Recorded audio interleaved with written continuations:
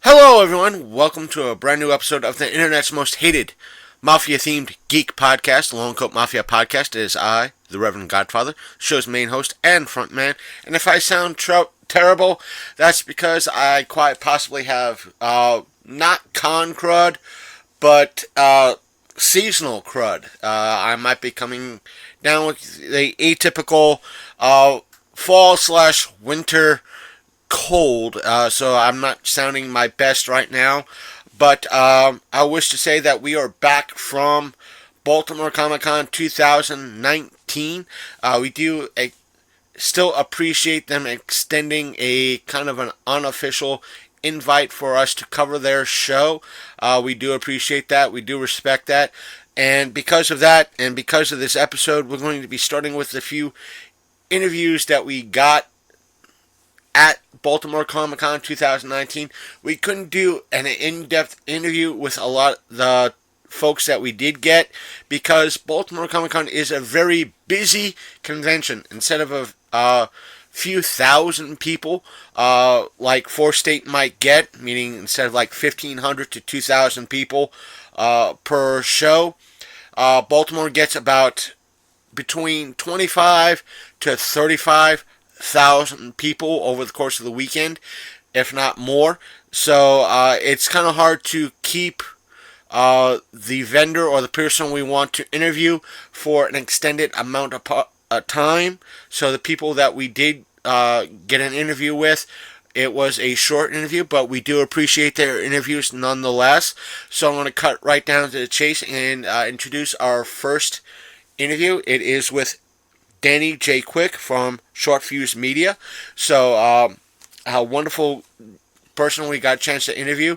So, I'm going to step back and I'll let you guys hear that interview with him. And as always, links to where to find his organization's comics and what they put out will be in the description down below.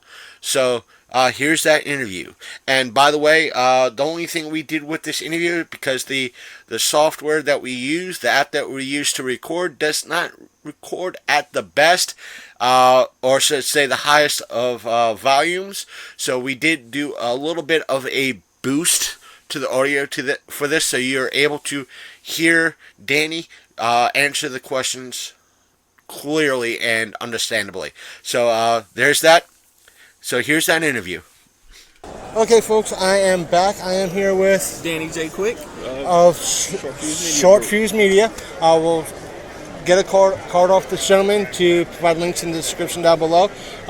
Tell us about the organization and what you do. Absolutely. So Short Fuse Media Group is basically a group of indie comic book creators who came together to learn how to make our books more professional, to get them distributed, and and just to keep creating. We wanted to fill a void in the things that we didn't see from Marvel and DC, and we wanted to tell our own stories. So we just figured, why not do it to the best of our abilities. What kind of, just to be clear, what kind of void did you think Marvel and DC were missing? Well, there's just stories of all kinds that we just felt like we're missing. Things like Ace Blade is a story about just a young man helping his community and the choices and how his choices impact those not just in his immediate circle but his whole community. And I already know Batman's story. I know 75 years worth, and they keep redoing it over and over again. I'm like, I don't have to wait for them to tell the story that I want to tell with Batman. I can create my own character and tell it myself. And you have a couple other gentlemen here, yeah, and at least one lady. I don't want to discredit her as well. What do they bring to the table? Absolutely. So each creator, has their own stories to tell. Like Morgan, he created a story about a man who has a lot of issues with justice in his community. So when he sees injustice, he has to go out and try to help people. And then Kat, her stories are really good superhero stories. She has one about a father and daughter who, everybody in the world loves her father but her, and she's struggling with the acceptance that the entire world sees him one way, but she knows the reality of the situation is different. So it's great to just have a wide variety of stories, and that's why we got Short Fuse Media Group. Is this your first Baltimore event? This is actually my second time coming to Baltimore, but we did a smaller show last year called Y Comic Con, and it was a lot of fun. So we, when we had the opportunity to come back, we definitely wanted to come. How's Baltimore been treating you this year? Oh, it's been great. The traffic has not been the best, but you know. That's what me and my co-hosts tend to thrive, and it's that there need to be more people coming to Artist Alley because they're what we see, even though we're from a different perspective than you. We're not trying to say that, but what we keep hearing from other folks that are claiming, I'll say it like that, claiming that they are fans. They want the stories to fit their narrative, yet they don't want to. They seem to cower away from Artist Alley to see what someone like yourself is doing. Oh yeah, absolutely, and that's one of the reasons I love coming to Artist Alley and always selling our books, because even across from us I've learned there's a young man over there with this comic called Burn Man, and it's just a story about the different ways that fire can affect things, and it's like it's just such a great story. He's a great artist, and I would have never known about it if I didn't come here, if I wasn't here. So, there's a lot of different kind of stories, and these people are creating them. We're creating stories, and we love it. So in essence, you're filling a void that is there that needs to be filled. Just that a lot of do you think that a lot of folks just don't want to come down here for whatever reason? Yeah, it's there's a lot of different reasons. Artist Alley is always put in the back of shows and stuff like that. So the traffic doesn't always trickle back here as well. If you go up to the front of the show, there's plenty of people here. But of course they're gonna come and see celebrities and things like that. But we're happy that when people do come back here, they love the things that we're doing, and they're buying books, and we're having a good time. It's very glad to hear that you guys are doing something and contributing something great to the comic industry as a whole, and hopefully it doesn't disappear. But still, that being said, just in case it does disappear, but you guys are still putting out content, where can people find your content? Absolutely. So if you just go to shortfusemediagroup.com, you can find any of the comics that we have here, and you can order printed versions or digital versions online. And then also you can find me personally. You can look up our podcast, where we actually tell short stories about our superheroes on the podcast. It's called the Super Shorts Podcast. And folks, I'll leave. I'll grab a card or two from this gentleman, and we'll put links in the description down below. Hey, I appreciate it. Okay, folks, we're back. I hope you enjoyed that interview with Danny. So, again, if you wish to find out more about the comics that his company produce, so check out the links in the show notes in regards to where to find them and so forth and so on. The next interview that we have on the docket, so to speak, is with a gentleman by the name of Gabriel Middleton, who put out a lot of great artwork with interesting themes. So, a lot of, I should say, even better, that his artwork caught me and Big Kenny's eye. One of the many vendors that have done so. So he was a great interview. We kind of chatted with him real quick. Another quick interview. It was about the same length as the interview with Danny. So again, I'm going to step back and let you guys and gals hear the interview with him. Again, the interview is going to be in regards to editing wise. Again, with the same type of program, there's going to be a little bit of boosting with the audio involved due to the fact that it's, in essence, the app that we use and the phone that we use to record the audio. We are grateful that we have this app and this tool at our disposal, just that this is the only type of editing that we have to do with it. Therefore, we got to use what we got to use until we find something a little bit better. So again, I'm going to step back, and here is the interview with Gabriel. Folks, I am here with Gabriel Middleton, is it? Yes, sir. This is your first time. I should ask, what is that you do? And I am a fantasy illustrator from Harrisburg, Pennsylvania. I'm happy to be here at the Baltimore Comic Con. This is my first Baltimore Comic Con, and I'm smitten. I love it. I'm having a great time. So, as your first Baltimore, is it an eye-opening experience at a larger show compared to a smaller show? Yes, I mean, honestly, even at the smallest thing, I mean, it could be 2 or 3 people that have the same passion for art, and I'd probably have just as much fun, but the size and just the people and the variety of different kinds of new things I'm seeing, yeah, it makes a big difference from some of the horror cons that I've done and Monster Manias I've done. I'm very much enjoying this. I feel very much at home. Now, you have at your table a wide variety of interesting and unique artwork, including the one I just picked up today, which is Jason versus Jaws after eating Freddy. Yes, But there's others like Ned Flanders in Hell and a Gargamel piece. Where do you draw inspiration from? Honestly, I try to pull my inspiration from a combination of humor and a little bit of torment. Honestly, in my own life, I pride myself in spending large amounts of time on one piece rather than multiple pieces. I'm sort of more quality rather than quantity kind of guy. I absolutely adore dark fantasy, horror. I think a lot of it comes from my absolute unbridled passion for Frank Frazetta's artwork. Life-changing kind of thing right there. So ever since then, you name it, anything from, Labyrinth to Legend to Lord of the Rings to horror and fantasy, I absolutely love it and just live and breathe it. Superheroes are great, and I love, superheroes, classic superheroes are awesome, but I have this thing for that hybrid of like fantasy and horror that I just can't get enough of. Now, there's one piece, even though I picked up the Jason piece, there's one piece that's kind of catching my eye as well that I want a few answers about. Is the one that's right behind you with the this topmost above the alien piece, the one next one down, that one. That's interesting you said that, because that is actually a painting that I did.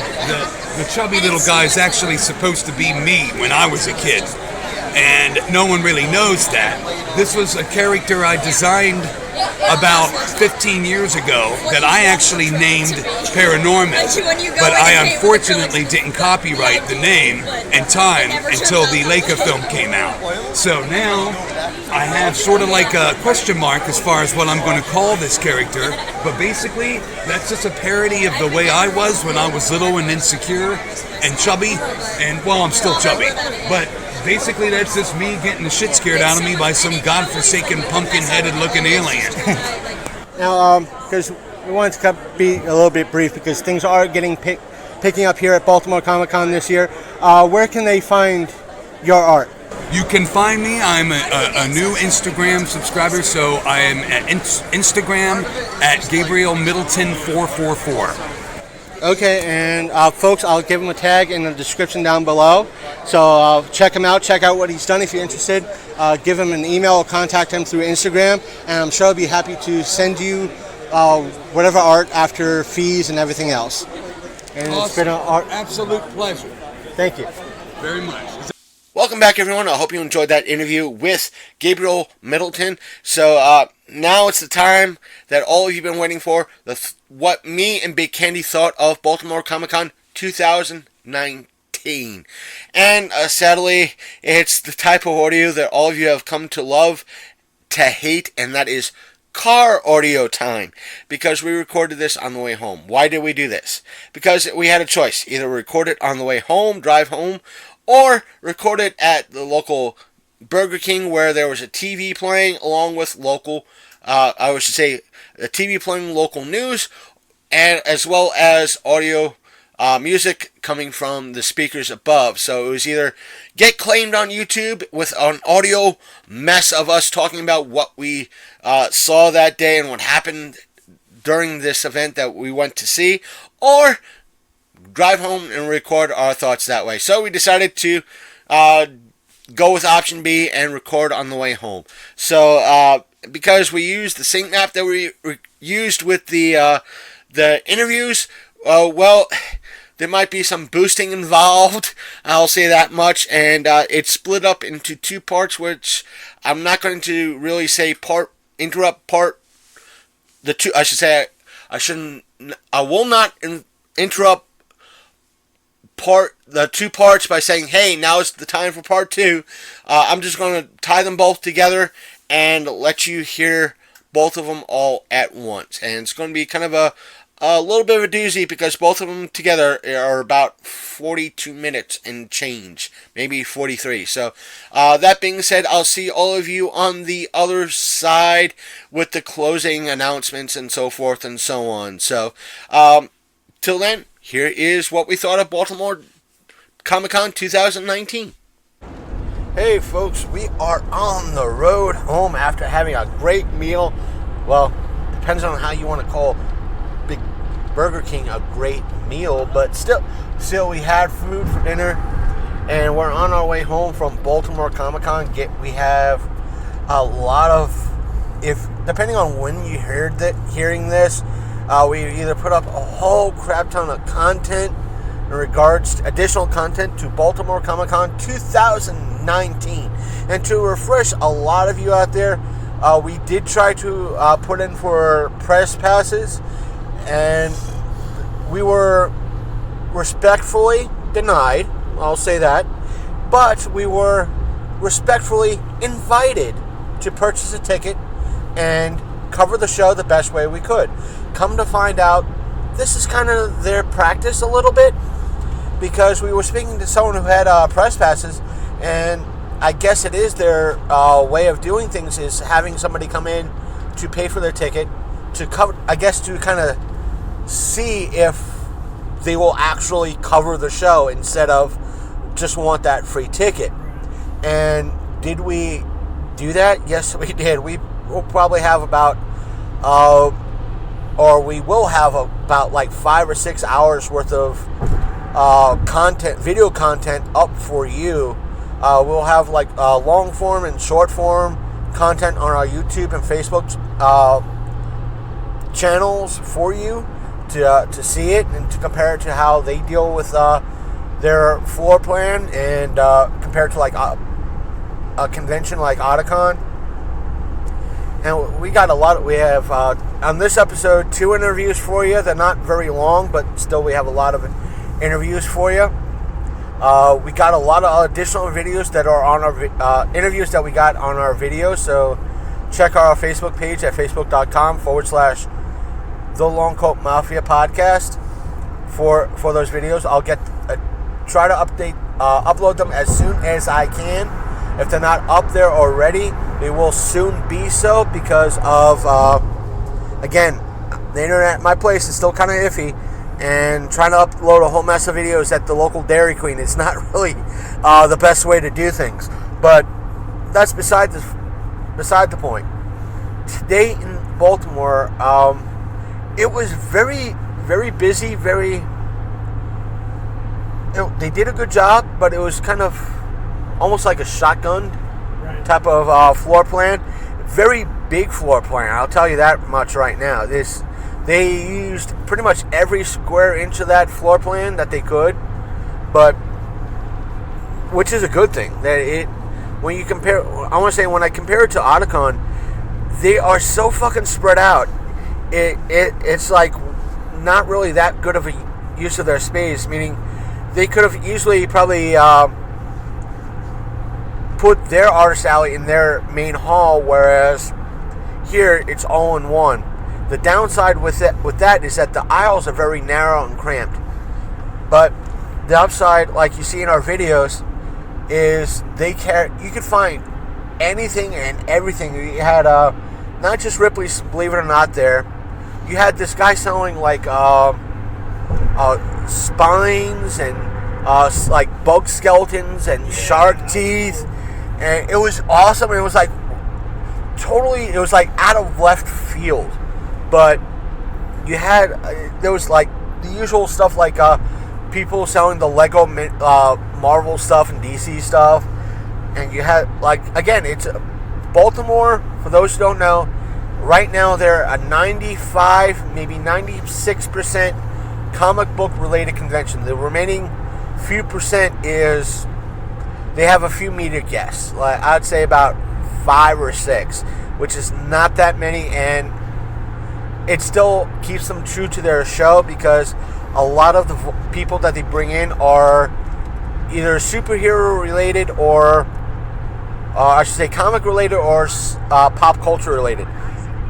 Like this year they had like one of the folks from I don't know why they brought him in, but because the Battlestar Galactica remake has been gone for quite a while now, so I don't know what he's doing recently to warrant him to be at the show, but I'm sure he's still of interest to a few people. But they had one person from the person who played Jonah Hex in DC's Legends of Tomorrow. They had Greg Cypus, I think his name is, who voices a lot of different characters like from Teen Titan Go, Ninja Turtles, and various other cartoons and animation type stuff. I know it's the same thing, but a lot of folks will argue the fact that cartoon and animation are two different styles. And I can agree with that. There is a difference a little bit. So, but the one other folks they had is Tara Strong. For the folks out there that don't know about Tara Strong, is that she voices a lot of folks. In some communities, she's most well known for voicing Harley Quinn in the original Batman series, cartoon series, and apparently she also voiced Batgirl in the show too, which is new to me. And plus, she's voiced. I mean, going on IMDb, she's done over like 100, 200 stuff. Yeah. But one of the other things she's known for is voicing Timmy from Fairly Odd Parents. I was a toss up. It's like, oh man, Timmy Turner. But Silver Alert. Yes, we're Honda. So Silver Alert is missing old person. Is that what it is? Yeah. So I didn't get a chance to see. Yeah, I've told one person that voice actors have the unique form of magic. And that's the best way to describe it, is because they're their own type of artist. Right. Because people don't know what they look like. Right. And I saw the magic firsthand. I think it was earlier. It was the spring 4-State Comic Con. When they had the voice actress there who voices Pearl from SpongeBob SquarePants, and when she knelt down to speak to, she used that voice on like a 4 or 5-year-old. His eye, as soon as it clicked, his eyes lit up like what? That's the magic, Right. And I mean, just to see it in action, you don't realize you're in awe. But yes, she did a couple of the voices that she's been familiar with. So it was fun to meet her, get her autograph. I got her autograph on. It was like what the artist did was like a split of Batgirl and Harley Quinn. So it was a pretty unique piece. We did get a chance to see Ken Hunt making fun of Billy Tucci at his booth. Come to find out that there is a reason why folks out there who have not followed Billy Tucci on Facebook, please do so.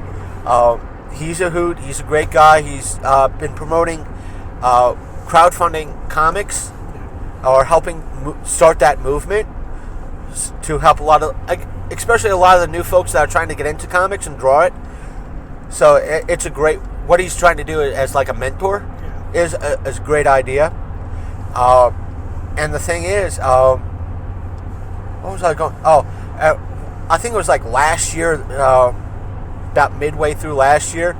The running gag with him, it was this Jerry Tucci thing, and what that came to be was they at a show, instead of putting his name on the card, they put Jerry Tucci on it, and it's been a running joke for about a year or something like that. And like I said, he has a sense of humor. He rolls with it. So, and especially when I guess if you're friends with Ken Hunt, you got to roll with a lot of jokes too. Sure. So, you'll hear in one of the interviews. I think his name was Gregory. I want to say Gregory. I don't remember. I don't have his card with me in the vehicle driving home. But the artwork that he drew, like the Jason versus Jaws. That shit was cool. Oh, that was awesome. I picked one up. But I mean, you had a lot of great artwork there. You had a lot of independent artists. And we finally got the answer to the question that we were wondering with the whatchamacallit, the bootlegging thing. Yeah, the bootlegging. We met this other artist there. I wish I should. I should have stopped by back there, but I forgot all about it. He literally hand drew. You want to talk great? Like he drew like Batman, like the Netflix Punisher, Freddy Krueger. He hand drew these 20. What? It was like a 25-inch piece. Yeah. It was like a 25 by 30 piece or something like that. Hand drew pretty much each and every freaking one of them. And they're all, because of that, each one is slightly different. And he'll color them, meaning like if you want Freddy to have like a blue eye and a green eye or something like that, he'll do that as color. You could have it colored over time. And they were like $20 or something like that. Yeah, oh, if we go back next year, he's the guy I'm going to gun for. Yeah. Because of how well drawn his stuff was. He's in our video, so check out our Facebook and the YouTube accounts for that video. Because we'll tag him in it. Because they were a sight to see. And he answered, as Big Kenny said, he answered our bootlegging question had some insight to it because what he said the reason why he's able to avoid the copyright aspect of things is because each one is hand drawn and therefore can be slightly different than what the copyright thing is, whereas a lot of the other places that might sell prints is just like they're photocopying each print in a way. So that's where the distinction lies, because he hand draws his stuff and hand colors his stuff. Right. Each one has the possibility to be different. Yeah. So we do recommend checking out our videos for this. This is why we tend to put stuff on both our YouTube and our Facebook accounts.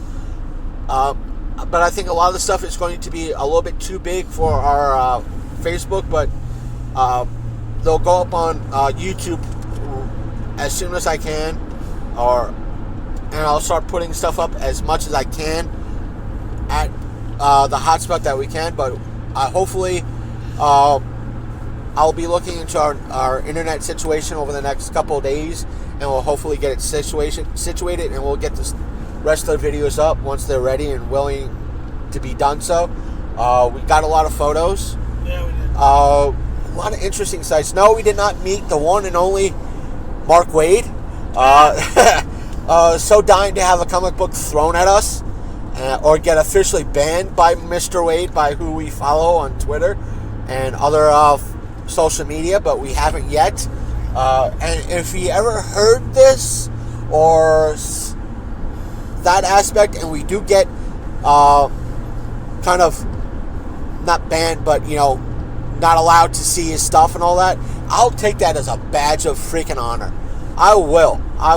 Oh, you're blocked by Mark Waid. Ooh, I'm blocked by Mark Waid. Ooh, so scared. It wouldn't be the first ninny that freaking blocked me because of who I follow on Twitter. Oh, you want to block me because I follow Ethan Van Sciver? Ah, screw you. So, but either way, there was a lot of, I think one of the other, there were two major downsides today. One was there was the marathon today, which ran right through the main section of town. Obviously, they had this marathon set up earlier than what they did in years we got here past. at 7 something, so it was earlier. So yeah, it was earlier than that. the other thing that I saw that was a little bit hodgepodge at times was how they did some of the lines for the bigger name artists. Yeah. And the fact that, the third thing, if you want to add to it, was that some of the artists were now let me specify this, or add some context to this. And yes, I'll let Big Candy speak in a moment. But the fact of the matter is a lot of the vendors were charging. The context is, though, some of the ones that were charging, the money was going towards a charity like Heroes Initiative or Comic Book Legal Defense Fund, which I didn't really see there this year. But sometimes some of the artists tend to do that. Right. They have a jar up saying $2, put $2 in the jar, or put $1 in the jar for Comic Book Legal Defense Fund or Hero Initiative. So it's going to a good cause. I don't mind that.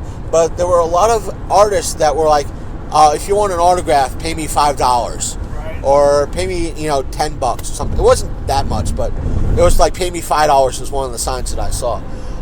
But you had other artists. Again, I'll bring him up because he's a great guy. He was taking donations for the local, veterans center, like one of the veterans administration, not VA hospital, but it was like for vets. Yeah. He was taking donations. That was Billy Tushy. Yeah. So it's a wonderful call. He was doing something. Like, if you want to donate, throw in $1, throw in $1. If you want to throw in $5, throw in $5. And I had an extra $1, I put in an extra $1. Right. But that's always a wonderful thing to see. And getting stuff but still getting prints from someone like Ken Hunt or Billy Tushy, you're supporting the local artists anyway. Yeah. To kind of quote, again, I think it was Jimmy Palmiotti that said, support your artists because they're the ones that created a lot of what you read that's out there, or a lot of what you read. Right. So that's my little benefits and grievances. What do you have to say about this? About this year? It's the first year back in 3 years? Yeah, 3 years.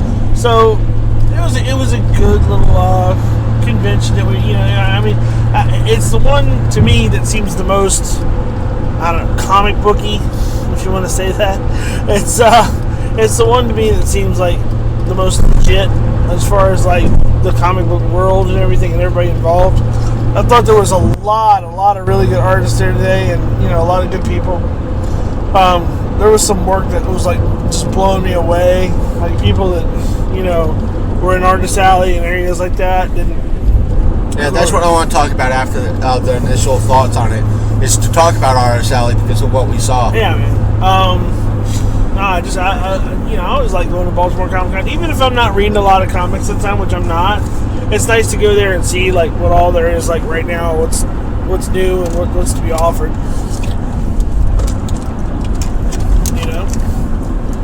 There's always look good to see all the people and like all the the younger people that are there and the cosplayers and stuff like that. The thing is that some of the people that sold stuff for cosplay, like they had that one booth that had the Michael Myers mannequin set up. Right. They had one of the guys that played Michael Myers there. He wasn't listed on I don't think he was listed on the major site, but I think he was just there because the people that run that booth wanted him there. Yeah. So that was that's always a fun treat to see something like that at Baltimore Comic Con. Hey, we brought this additional celebrity in for fits and giggles, and they pretty much announced it over the PA system too. So that's cool. I mean, he deserves it. He's a good artist. And we saw this one booth that did like 3D modeling. Yeah, there's two of those actually. But the one we saw that we could kind of give a shout out is that what they do is for $30 they 3D model you, and if you want the statue something like that's just a 3D model you keep that 3D model. Right. If sometime down the road you actually want that statue and have it colorized the whole 9 yards, then you can pay for it. Right. It's not like it's like you have to pay $700 per se. Yeah, we're currently I'm probably over exaggerating the price, but it's not like you have to pay for the whole thing right now. No. You could pay for it. Get the model now. When you have the funds, get it. Right. And I think that's a good game plan, at least. I think it's working for them anyway. Yeah, for sure. Now, I was about to say, what can we say? Artist Alley. A lot of great artists in Artist Alley this year. Not many barkers this year. No. Because there have been quite a few years that we've been there. That there've been people like, hey, come here. Hey, actually barking their stuff. Like the year that we went there was he drew everything in regards to, like, it was the Catpocalypse or something like that. Yeah, but he was calling people over. We're back, folks. Sorry for the delay. We just need to kind of not die. We were driving safe, but we just needed to take a few minutes break and just get to someplace a little bit more where we could record. Not driving. What we were talking about is Artist Alley. The fact that we saw a lot of diversity in the Artist Alley. Oh, yeah. The fact that matter, which is a wonderful, great thing. We are not knocking it in any way, shape, or form. Please, the group of guys we spoke with, it was like Short Fuse. I think it was shortfuse.com. Check out the interview that either was before this or after this, depending on where I want to stick it. Wonderful group of people. Wonderful, diverse group of folks. The thing is, nobody wants to come to, like they said in the interview, nobody wants to come up to Artist Alley, or very few people want to come back to Artist Alley, because Artist Alley is always in the back. Right. And it's tough, but it's great for them. I tell you one thing about Artist Alley that's hard is that there's so much stuff, and how do I say this without being a jerk? Oh, fuck it, I'll be a jerk. Okay, so you have really, really good artists back there, and you have really, really, really bad artists back there. Right. And you want to look at everybody's stuff. I mean, if you're a good person, you want to look at everybody's stuff equally. Like, you want to, like look at it. But, like, sometimes you can't help yourself. Like, you'll see stuff and be like, oh, my God, that's the best thing I've ever seen in my life. Like, we saw a couple things that we just thought were just amazing. Balls to the wall great. But literally, like, right next door is, like, some guy, like, drawing, like, stuff that looks like my son did it. And I'm just like, he's looking at me like, hey, what about my stuff? And I'm like, what about your stuff? I'm not trying to be mean, but I'm not talking. There was a guy there called. No, I wasn't talking about that guy. I wasn't talking about he's different. No. He took something that his son did and made it. No, not great. that. No. But, that guy was fine. I'm saying, like, his son is like 5 or 6 years old. He's right. like, he's working his ass off for a 5 or 6 year old. Good on him. I'm not talking about that guy. I'm talking about people whose, like, skill level is just not there. And I'm not saying I'm great. I'd be, like, mid-level if I went to one of these things. Like, not even. Probably, like, below mid-level.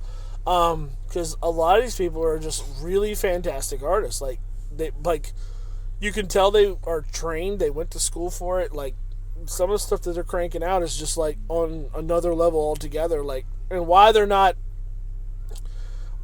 more popular than they are is another question. But, I mean, I don't know the answer to that.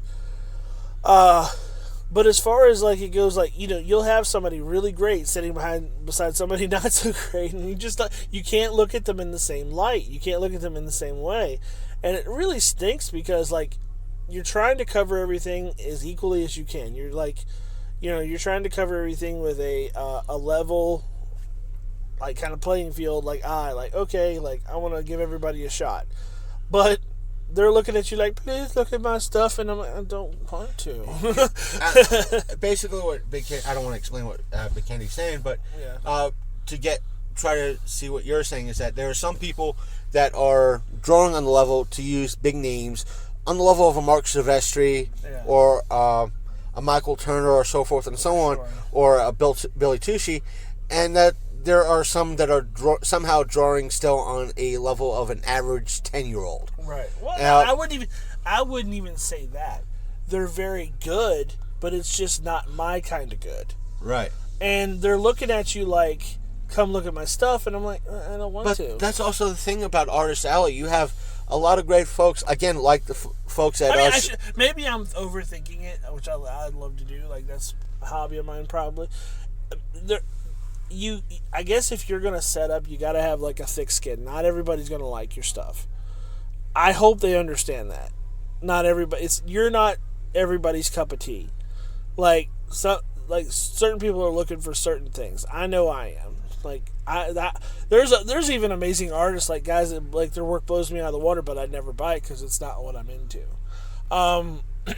So I mean that goes for that too. But getting back to the guys with Sword Fusion, what you're saying about like, I'm just saying they had the No, ability. they were bringing people in. They're like, Yeah. hey, come here, check out our stuff. Well, and there were other people like, they were good barkers. hello. They were good Hello. barkers. They were good barkers, and they also had a skill set that obviously they were killing it. Like they're Right. like the stuff that they were doing And was like amazing. that guy that we met that was like 6'8", Oh, 7 foot easy. Jesus, dude. Oh man, And he had they're- great work in what he was Oh. trying to do. He had at least a good mindset in reference This to putting in the dude story. has created a friggin' universe, like in his like stuff. Like it's amazing. Like he's thought this whole thing out. It was nuts. Like I mean, you could put it on par with like Star Wars. Like how thought out it is. It's insane.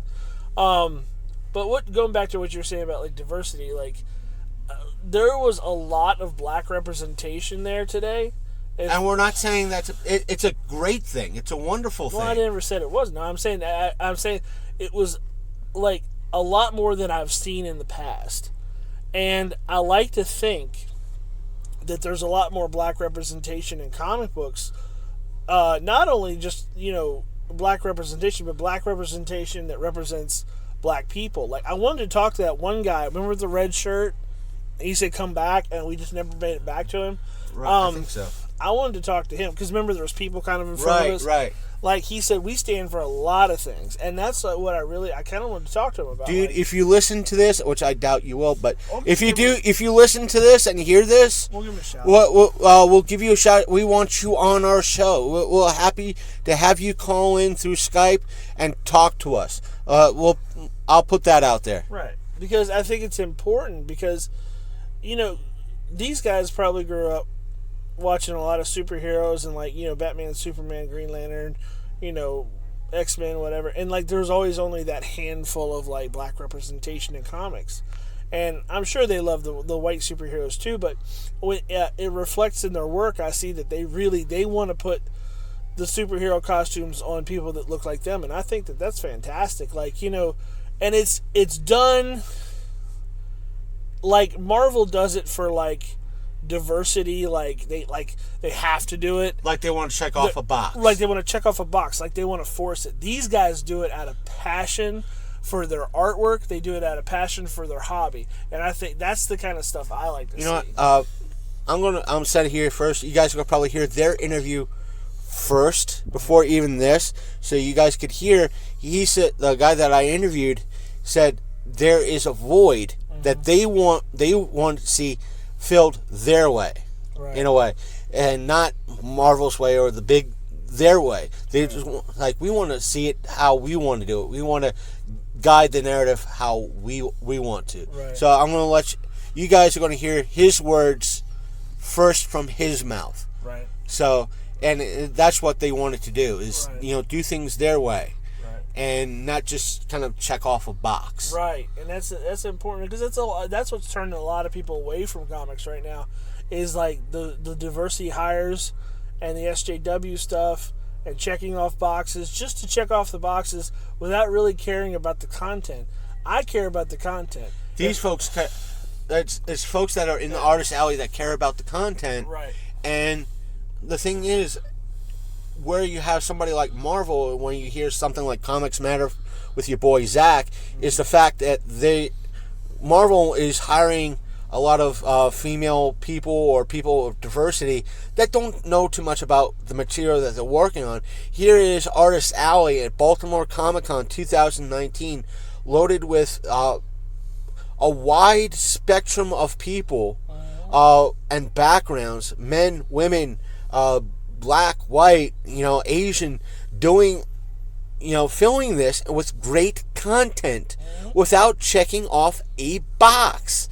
And we spoke to Tom Castellanos' wife for about 9 minutes, 10 minutes, about her work, her ex-husband. You could say ex because she said he passed away, but still, her deceased husband.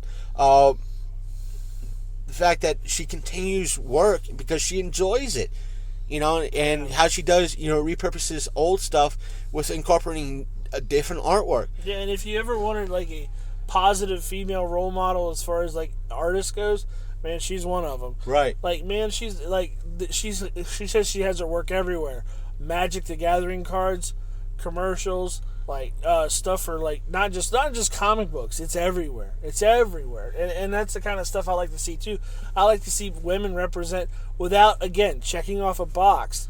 Women representing their hobby, their art, and their selves in a way that is good for like not only the hobby, but good for them, as good for like everybody to see somebody succeeding that way. And the thing is, with someone like her, it's not like you should enjoy my work because I'm a woman. They're doing it. Hey, you should enjoy my art. Period. Period. And you know what? If you're a girl or a woman or a young lady that wants to do this, do it too. Yeah. And so like they're going, it's like, even though I'm a woman, check out my art. Look at my art. Look at my art, damn you. Right. And instead of look at me because I might be an artist, I'm a woman too. How dare you? They're promoting their art. That's what you hear Ethan Van Sciver say. It's like you should be promoting your artwork, your work, getting that out. Even Comics Matter with your boy Zach says the same thing. Sure. You should be promoting your work more so than the politics and everything else. Because what she was telling us at her booth, a lot of people come and like, what motivate you? My mortgage payment, my gas bill, my electric bill. That's what motivates me. Yeah. And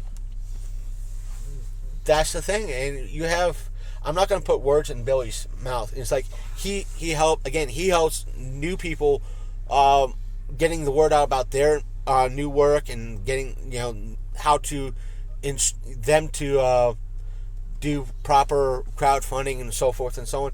That's a mentorship. That's not, putting people down. It's building people up, building the hobby up. That's what we're trying to do too, and that's what Artist Alley is. Yeah. I think prior to this, even way back when, Big Candy kept saying like Artist Alley, and I was kind of the person that was like, Artist Alley, that's got to be some sort of joke.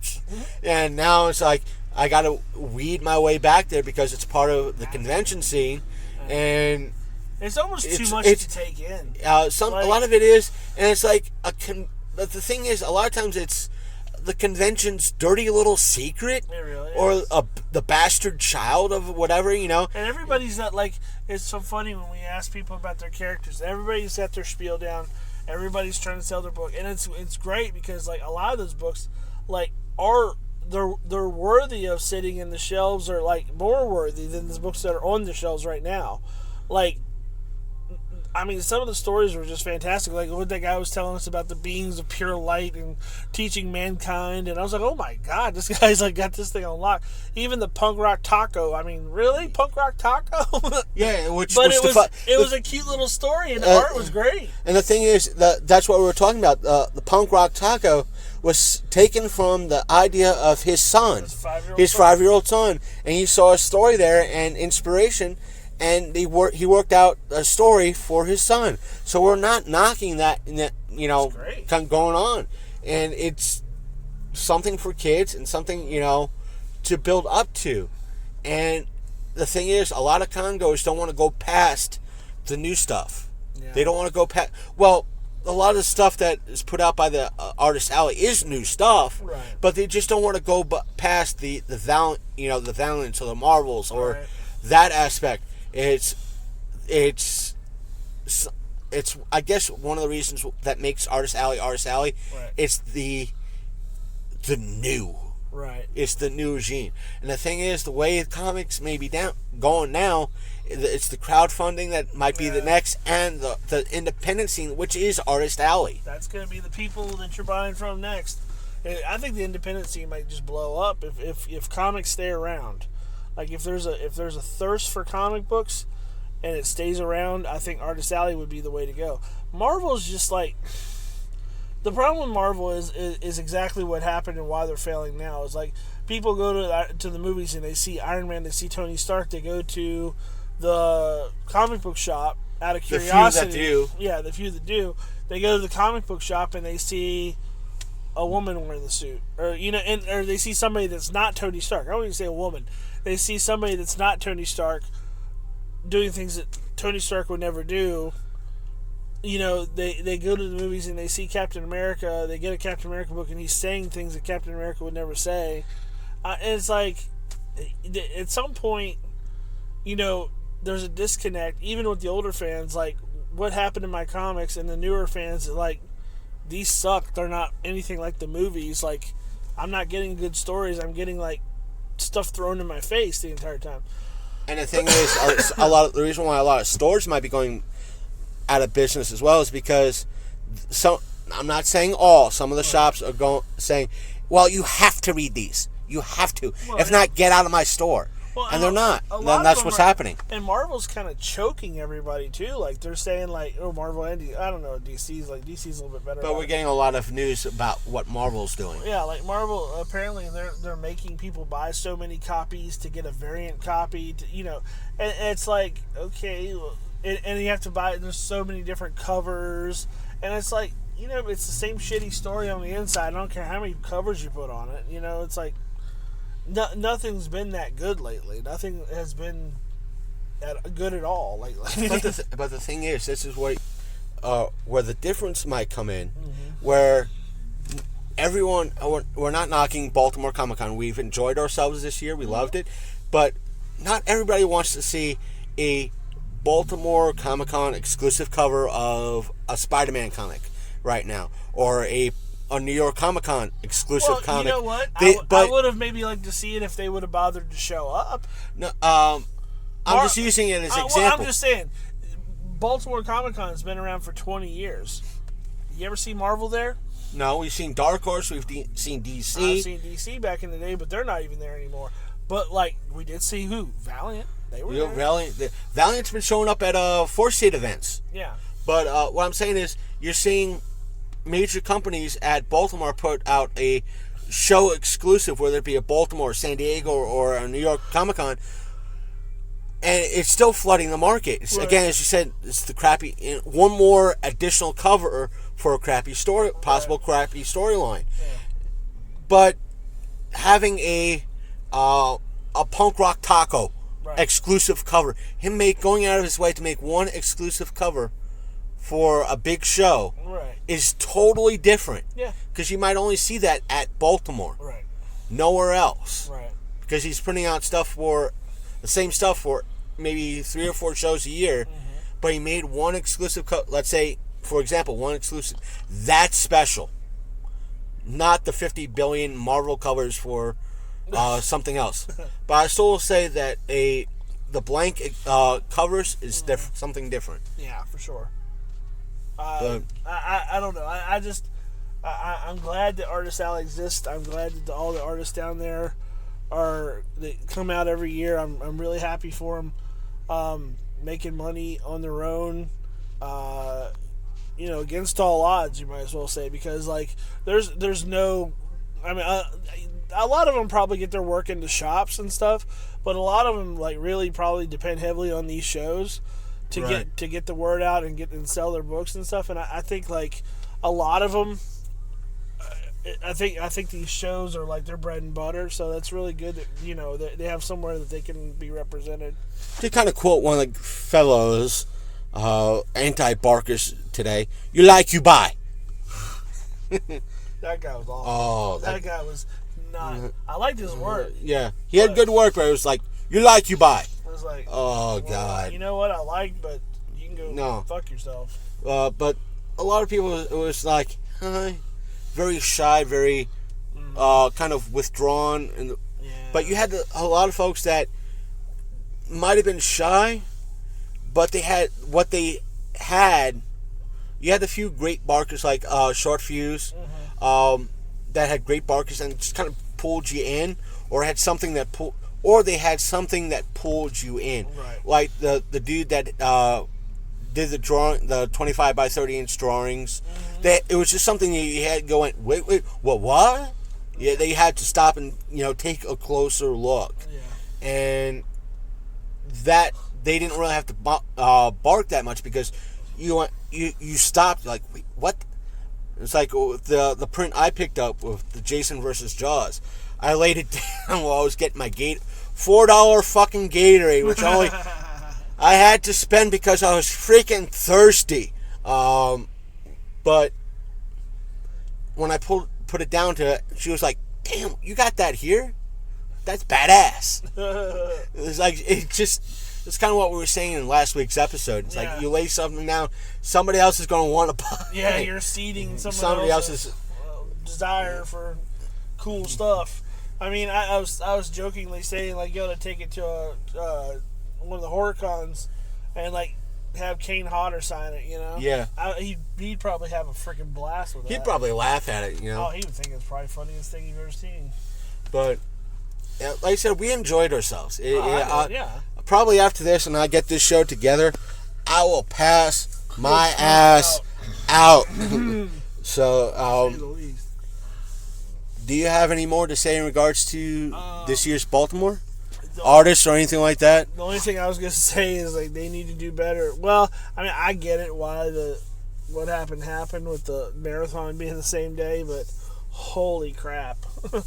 Long story short, I booked parking tickets or parking space in advance, and they had a rally or a marathon in downtown near the convention center, and my parking spot was basically inaccessible. Luckily, I'm getting a refund, but I mean, my God, they could have sent everybody a heads up. I don't think they did this year. I didn't see anything about. I mean, they could have put something online on the Facebook or something, or sent out an email like due to like scheduling like issues, like something like be careful where you park or something. Or adjust your parking panda or whatever it is. Because it was a major inconvenience, like to have to park somewhere else. So. Yeah, but I mean, it is what it is. But other than that, no, I had a great time. It was a great time seeing a few the 4 state regulars, and that we did see. There's a few that we kindly missed.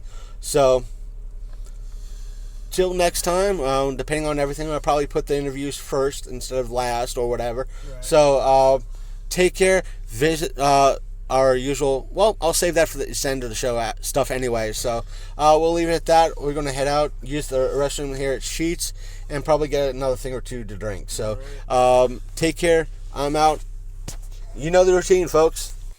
We're back, folks, and to kind of tie things up, I want to, because I just thought of it now as I was adding the second part to our review, is that one of the things I didn't mention in it, but I want to bring up before I close out the show, and that is to kind of compare it with Otakon, and is the fact that when I went to Otakon earlier this year, or I should say about 2-3 months ago, Otakon was the convention center there was very security conscious upon entry into the building, meaning that every bag, almost every item was checked, literally checked. With the excuse that we got from like years past was because at a particular pop culture show, a celebrity guest was threatened,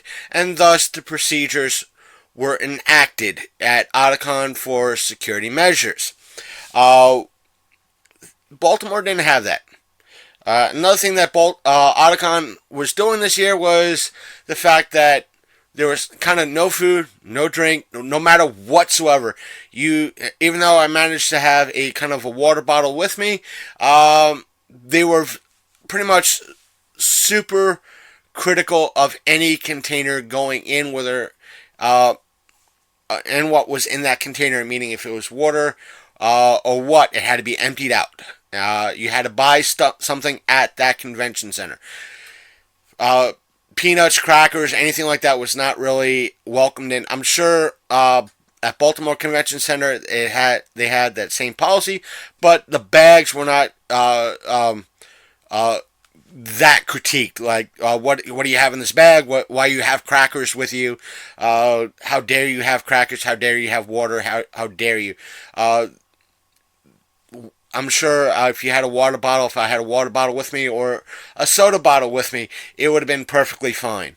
That's the other thing I wanted to bring up. I'm sure there's one or two others that I was thinking of, but I'm extremely tired right now. All I want to do is put my head on the pillow and go to sleep after this. But that's pretty much one of the things I want to compare it to. Baltimore is and always has been, as much as my viewpoint of Otakon has changed over the past many years, Baltimore is a friendly show as well. And I'm not saying that because we're familiar with Billy, Ken, and many others that showed up. We're grateful for speaking with a lot of these artists, both independent and well known.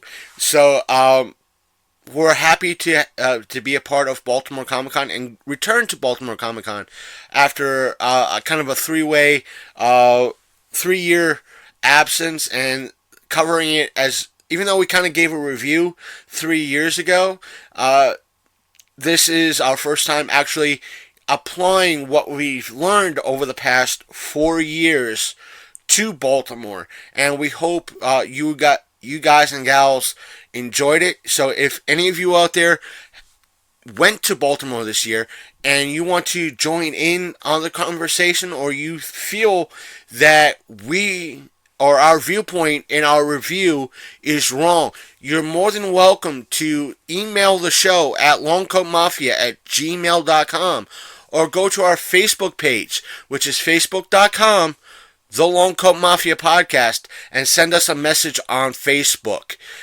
Or if you see this, the pinned post for this episode, feel free to leave a comment underneath it, expressing yourself in regards to how Baltimore Comic Con treated you, or in regards to if this was your first Comic Con or your first comic book convention or pop culture convention. Email us. Let us know. Again, our email is longcoatmafia@gmail.com. We will read your emails and your comments on air, especially in our follow-up episode, which might be next week. It might be in a few weeks, but we will probably have a follow-up episode to this in some way, shape, or form, like we do with Otakon. I'm sure there's other ways we can compare it. Granted, Otakon and Baltimore Comic Con is like apples and oranges. One's an anime convention, and the other is a comic book convention. But still, they're still conventions in their own right, and they're worthy of kind of comparison a little bit of who does what better. But I've enjoyed both conventions this past year. So stay tuned to our YouTube channel and our Facebook page for the videos. Again, for our YouTube channel, you have to search for it. It is you could just search for the Long Coat Mafia Podcast, and it'll come up. Hopefully, it'll come, unless YouTube is burying us or not really showing us up on the list. But search for us. We should be the only channel within the first few rankings for everything. But if anything, the link to our YouTube channel will be in the show notes down below, as well as our rest of our other social media, including our Instagram. If you want to DM us, direct message us on Instagram, you can do so. If you want to follow us on Instagram, you're more than welcome to do so. Our Instagram handle is Longcoat Mafia. Our Twitter handle is also Longcoat Mafia. So if you want to leave us a DM there, you're more than welcome to do so. Please please do not just say hello on either one. If you want to message us, message us. Because I say that because we've been getting a lot of direct message spam on either Instagram or Twitter, and they always start with hello. And when we respond with hello, we get the usual, would you like to see our dirty pictures type of response. So please, just if you want to message us about our show or any show that we have in our back catalog, just message us about the show. We'll be more than happy to read them. Again, our Facebook page is facebook.com/The Longcoat Mafia Podcast.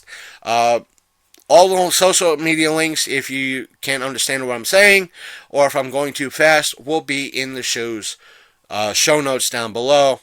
If you're listening to us via being forced to by a friend, and you want to catch more episodes, you could easily do so on your laptop or your desktop computer by heading on over to either iTunes, Apple Podcasts, depending on which OS you use, or Spotify, Stitcher Radio, or you could go over to our main website, which is thelongcoatmafia.podbean.com, and search for our whatever is in our back catalog. I won't say search, but you're more than welcome to go through our back catalog of 4+ years worth of episodes and see what we have. We have a lot of con stuff, including convention panels, ranging from cosplay to almost interview-esque type panels, like with Snitsky and many, many others. So feel free to do that and download those episodes if you want to listen to. And you can listen to them at your leisure with whatever MP3 player software you choose to use. What else? Plus, you could also stream them on the Podbean site if you so wish. And for those of you wondering, it's like, wait a minute, I don't have an internet connection at the house. I do recommend stopping by your local library, signing up for a library card, and you could download the episodes to a jump drive and bring them home to you. But if you're a person on the go and you have a smartphone, you're able to listen to us on Apple Podcasts, Google Play Podcasts, Stitcher Radio, Spotify, plus the Podbean app, and plus wherever you get your podcasts. But I do recommend the Podbean app overall because you're able to listen to all our back catalog of 4+ years, and plus it's handy to have just in case either Google Play Podcast or one of the other services decides to go belly up, or decides to have a glitch in some way. You have that backup of having our episodes delivered to you as soon as we post them. I do know I'm forgetting something. Oh yes, even though our internet is currently finicky at the time of this recording, or this part of the recording, we do have a Twitch and we do have a Mixer.com channel. You're more than welcome to subscribe to those channels. Our Mixer.com channel is mixer.com/LCMP. And our Twitch channel is twitch.tv/Longcoat Mafia Pod. We do have a TikTok account. I have to look it up. I'm not familiar with it, but the link to it will be in our description in the show notes. So, and plus you can find links to the people that we interviewed in the description show notes as well. So give them a look-see if you like what they have to offer. Please make them an offer or contact them in regards to purchasing their works. So I think that is about it for right now in regards to the coverage.